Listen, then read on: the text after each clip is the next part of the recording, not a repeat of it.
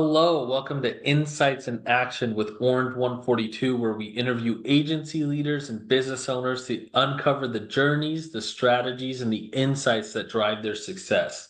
At Orange 142, we're all about transforming brand stories into impactful digital experiences through innovative media and marketing solutions. And today I'm very lucky to be joined by Jason of Small Giants. How's it going, Jason? It's going great, man. Glad to be here. Really Yeah. glad to be here. Yeah. Awesome. I'm glad to hear it. I would love to start this off just by learning a little bit more about your background, Jason, and a little bit more about your agency.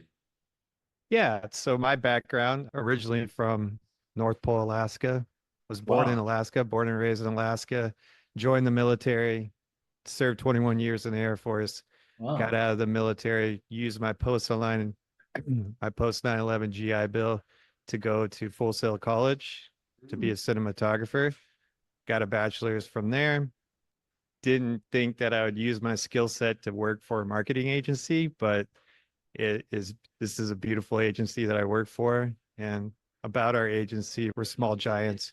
Where primarily our niche is in the CRE AEC industry, so commercial real estate and architects and engineers.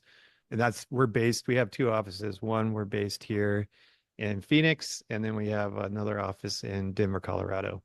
That's awesome. I'm actually from Phoenix. I was raised there, so I went to school in Tucson. So Uh, that's cool. Yeah, it's hometown for me. That's great. I'm curious, you got a cinematography degree. You didn't want to work for, or you didn't think that you'd work for an agency. What did you originally want to do with that degree?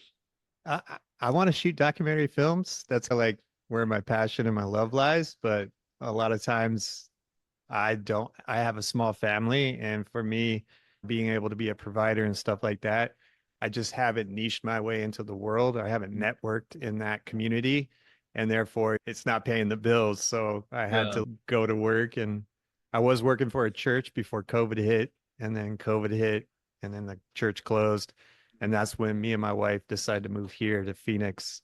And it has been a beautiful transition since. Yeah. That's awesome. I love that. It's so funny in marketing more than any other industry, maybe not more than any other, but for sure you hear it a lot. Everybody's from such different backgrounds and people just fall into marketing. You hear that all the time. Oh, I didn't expect it and I just fell in. It's always this interesting thing. But everybody so many people are so skilled at what they do from other disciplines and they bring in marketing and it's almost like this looking back on it, it's this perfect fit. That's what it sounds like a little bit here. You have a pretty diverse background in the sense that you're not this like traditional marketer or anything like that, but I'm sure you bring this cool, unique perspective to work every day. I think, yeah, for sure. We are very diverse. In fact, I'm probably one of the oldest guys on, on our team, and I'm Mhm. 48. But for me, since we're in that construction industry, I didn't see like myself traveling down this path. But what I found pretty amazing by working here is that everything has a story. And I think I'm driven by story. That's why I Mhm. love to create, is just I love stories. I love other people's stories.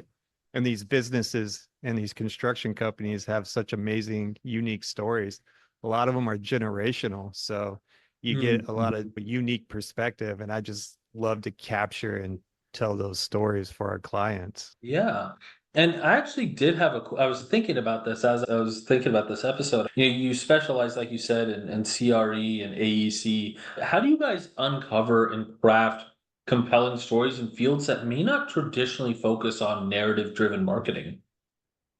I think our main perspective, or I think our mission is to build brand worth because we're a full house agency. A lot of times it's just building that relationship with the client and getting to Mm. know them on a personal level and spending time with them to see basically what their brand is and connect because there's a story in there and sometimes you got to flush it out. A lot of times it's the first almost and always those types of things where they're talking about this is the first time, this is the heaviest tilt that we ever tilted in the United States, or those types of things. They just flush themselves out. And if we spend that time to build a relationship with them, we're able to get in there and see and develop those types of stories. So That's awesome. And you said something there that was interesting. And I know that Small Giants focuses on building brand worth through strategic and creative marketing. How do you guys define brand worth, and you mentioned a little bit about uncovering the stories that are already there, but are there any other steps that you take to help clients achieve that brand worth? Yeah, we do a lot of strategic planning. So we'll bring in our clients, and this is a little bit outside my realm at Small Giants because I'm just the videographer, not just, but I'm the videographer editor. But we have a team of very skilled professionals that will sit down with the client, do strategic planning, meet with them, figure out what it is that they want to, I guess, basically flush out their brand. Because a lot of times with these construction industries, they don't know themselves. They're like, we don't really know. And so it's basically our due diligence. We do our due diligence to connect with them and figure that out. Mm, And yeah, we have a really diverse team of mm, people from account strategists to the owner of the company to our creative directors and all those on the team that will meet and strategically sit with clients and mm. develop that journey. We call it a journey. Yeah. And that's so important, I feel like, because like brand is this like ethereal thing that it's really hard for people to define when they're in the company, because you might have an idea of what your brand is, but it Mhm. takes like specialists like you guys who know that you have this process where you can look, and it just more than anything, I think it takes like an outside perspective to be like, no, no, here's what we observed, here's what your brand your actually is. And I think that in a lot of ways is the value you guys provide. Is that right? Oh yeah, definitely. And that goes from everything from doing websites to video ads to social media retainers, anything on that spectrum is Mhm. basically we're there to basically build that relationship with the clients to make them, and a lot of it boils down to trust. How can we trust you in order to facilitate this? And is there going to be fruit to this labor that we're, Yeah. investing in you, and it's an Mhm. investment in us, and we're making that investment right back into our clients as well. So Right. I love that. You're passionate about the creative process as like a general topic. I know we talked about this off camera, but can you walk us through how you approach creativity in your work, especially when you guys are dealing with like technical or industry specific projects? yeah, so for me, I spend time in meditation. This may sound Mm, trite or whatever, but I spend time in meditation. I get up, I journal, I mm, meditate, I go for a run. mm, Those are like those to me get the creative juices flowing. But what I also do is I challenge myself to get out of my comfort zone. mm. This to me, doing this right now, I feel uncomfortable, but I get out of my comfortability, and then that allows that brings new things to light. And then I'll have another avenue or another perspective to look at, and it just helps in that whole creative process for me, you know. Wow. No, that's so great. For I don't know if you know who Rick Rubin is. You probably do, right? Who does? He's Yeah. the like the big music producer. He has this whole book on that type of stuff, and there's also a great book called Creativity in Business. I forget who writes it. It's a couple Stanford professors, I think, who wrote it, and it's all centered around meditation and all those things. And I believe it was Niche who said, "Never trust the thought that was thought inside."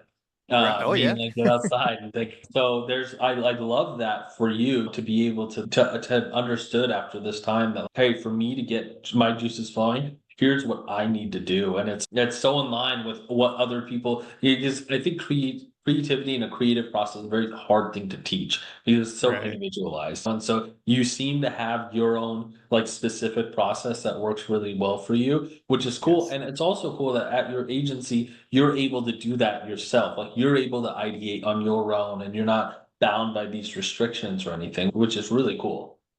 Yeah, we have an ethos of like having the flexibility to own our experience, and we bring that experience to what we do here Mm. at Small Giants, which is pretty awesome. But and I have to like give it to also I'm in recovery. So for me, I go to a recovery meeting. I'm around other people that are like-minded like myself, and just meeting different people and connecting and coming from a place of empathy and compassion Yeah. also helps me with that creative process. Yeah. And I'd love to dive into that a little bit more for this last question. How has Mhm. your journey in recovery influenced your perspective on leadership, collaboration, or creativity within the marketing world? Two, like I was explaining Mhm, earlier, is it's all relational. And I mhm, think for me, pride and ego is like the blockers. So mhm, allowing me to operate from a place of humility mhm, opens that avenue and or that room for the relationship to grow and build because I'm being the true version of myself. And a mhm, lot of times, then you get to a deeper set of things, in that relationship where you can work on things that, may inspire the other person. You may not mhm. relate to it or but you're able to work through those things respectfully and it's all relational for me. So Yeah. Wow, that's amazing. What a journey from all of that and into recovery. And you even using something like that, what some people might have considered a setback and as your advantage, which is awesome. yeah, I owe a lot to this agency. I had a situation that happened to me a while back when I relapsed and I had to go treatment Mhm, and I was worried about my job here, but the one beautiful place about this is they're willing to walk that journey with me. And as mhm, long as I'm willing to get up and seek help and take those next steps forward, they're going to support me. And they have been. And mm. a lot of companies I can't say that for, Uh, but for them to do that just means the world to me. Wow, that speaks so much to your leadership there and everything at your company. That's amazing. Wow, where this has been amazing, Jason. Where can people find out more about you? Where can people find out more about your agency? For me, I do YouTube. If you just Google my name, I have a YouTube channel. I just started Nice. like daily vlogging now. So That's awesome. yeah, it's a lot of work, but I Yeah. love it. It's a creative journey in Mhm. itself. And so I'm finding a lot of fun and joy in doing it. But for Yeah. Small Giants marketing agency online, you have our website, has all our information that we have. Like I said, we're based here in Phoenix, but we travel all over. We have clients all over the United States, and we have an office in Denver, Colorado as well. So It's awesome. Wow. Great. And I'll have everything linked below in the show notes, including a link to your YouTube channel. But thank you so much for being on, Jason. Like I said, this was really great. yeah, I appreciate it. Thanks for having me. This has been awesome.